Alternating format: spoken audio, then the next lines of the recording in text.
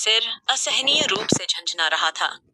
उसकी आंखें इतनी भारी हो गई थीं कि वह सही से देख भी नहीं पा रही थी। इससे पहले उसने खुद को कभी इतनी असहज स्थिति में नहीं पाया था। वह ज्यादा देर तक बैठी नहीं रह पाई और अचानक जमीन पर गिर पड़ी। तभी उसने देखा कि थोड़ी दूर 3 छाया मूर्ति खड़ी हैं। उनके चेहरे पर एक अजीब सी मुस्कान थी। रतु समझ चुकी थी कि उसके साथ कोई अनर्थ होने वाला है। वह बस धीमी आवाज में इतना ही कह पाई, मत आओ, तुम में से कोई भी मेरे पास मत आओ। रतु को साफ दिखाई दिया कि कुछ दूर उसके मामा, मामी और उसकी बहन सृजा खड़े थे, लेकिन उसमें अब इतनी भी ताकत नहीं बची थी कि वह उठ सके। धीरे धीरे उसकी आंखें बंद होने लगीं और उसने देखा कि वे तीनों छाया मूर्ति धीरे धीरे अदृश्य हो रही थीं। कुछ देर बाद सृजा और उसके पिता विभास बाबू ने रतु को एक टैक्सी में बैठाया और उसे पास ही के एक मशहूर होटल के सामने ले आए। रतु को थोड़ी बहुत चेतना तो थी, लेकिन वह खुद को वहां से निकलने की कोशिश करने लगी। उसने सृजा का हाथ झटकने की कोशिश की। होटल के बाहर आकर विभास बाबू ने बनबिहारी बाबू को फोन मिलाना शुरू किया, लेकिन हर बार घंटी बजने के बाद कॉल कट जाता। विभास बाबू, यह क्या हो रहा है? बनबिहारी बाबू ने खुद ही कहा था कि हमें आज रात इसी पते पर रथु को लाना है, तो अब वह फोन क्यों नहीं उठा रहे? सृजा, तुम पक्के हो कि हमें इसी होटल में आना था? विभास बाबू ने होटल का नाम देखते हुए कहा। हाँ, यही होटल बताया था। सृजा, तो चलो देखते हैं उन्होंने कौन सा कमरा बुक किया है। वे रिसेप्शन पर गए, जहां उन्हें बताया गया कि बनबिहारी बाबू ने कमरा नंबर 13 बुक किया है। विभास बाबू, लेकिन हम रतु को वहां कैसे रखेंगे?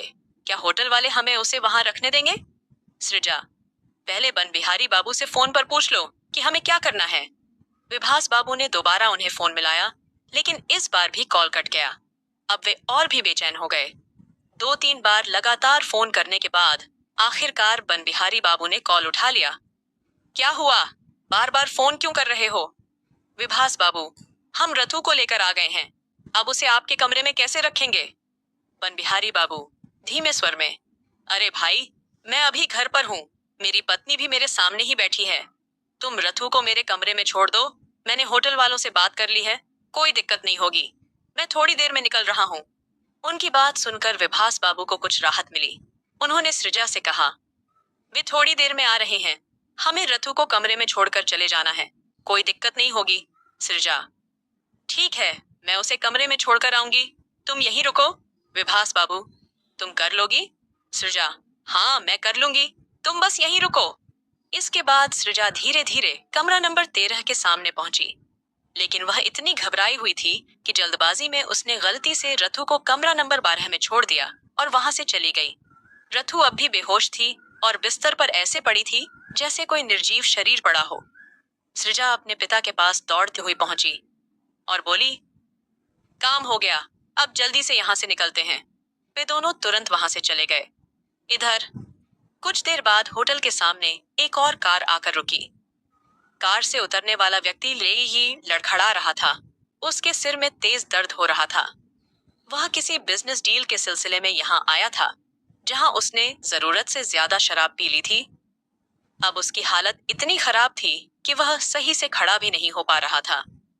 उसने ड्राइवर नहीं बुलाया था, बल्कि खुद गाड़ी चलाकर यहाँ तक आया था। अब इस हालत में वापस जाना खतरे से खाली नहीं था। वह शख्स था आबिर सिंह ओबेरॉय कंस्ट्रक्शन कंपनी का मालिक। वह किसी तरह होटल की लॉबी तक पहुंचा और वहां एक कमरा बुक करवाने लगा। रिसेप्शनिस्ट, सर, कमरा नंबर 12 खाली है, बस वही एक कमरा उपलब्ध है। आबिर, ठीक है, धन्यवाद। उसने चाबी ली और धीरे धीरे उस कमरे की ओर बढ़ा। दरअसल होटल स्टाफ ने सफाई के लिए कमरा कुछ समय के लिए खोला था और उसी समय सृजा ने अनजाने में रतु को वहां छोड़ दिया था। होटल स्टाफ ने बिना देखे फिर से कमरे को लॉक कर दिया। आबिर कमरे के दरवाजे के सामने पहुंचा, चाबी लगाई और दरवाजा खोलकर अंदर चला गया। जैसे ही वह कमरे में दाखिल हुआ, वह बिना कुछ देखे बिस्तर पर गिर पड़ा। लेकिन कुछ ही पलों में उसने महसूस किया कि वहां कोई और भी है। एक महीन स्त्री सुगंध कमरे में फैली हुई थी। आबिर ने अपने हाथ से टटोल कर देखा और नर्म त्वचा का स्पर्श महसूस किया। वह कुछ और समझ पाता, इससे पहले ही उसने महसूस किया कि यह कोई लड़की है। वह लाइट ऑन करना चाहता था, लेकिन अचानक होटल में बिजली चली गई। वह खुद को उस लड़की से अलग करने की कोशिश कर रहा था, लेकिन न जाने क्यों उसमें अजीब सी नशा भरी थी। एक ऐसा नशा जो शराब से भी ज्यादा गहरा था।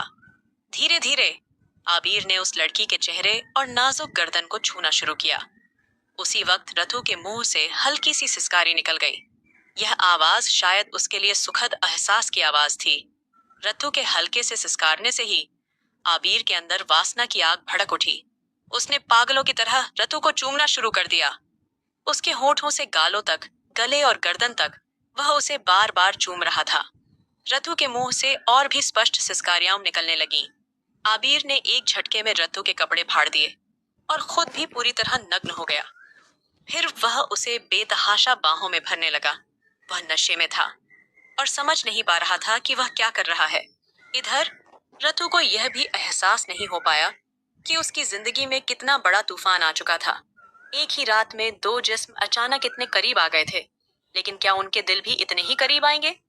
यह तो आने वाले अध्यायों में पता चलेगा। जारी।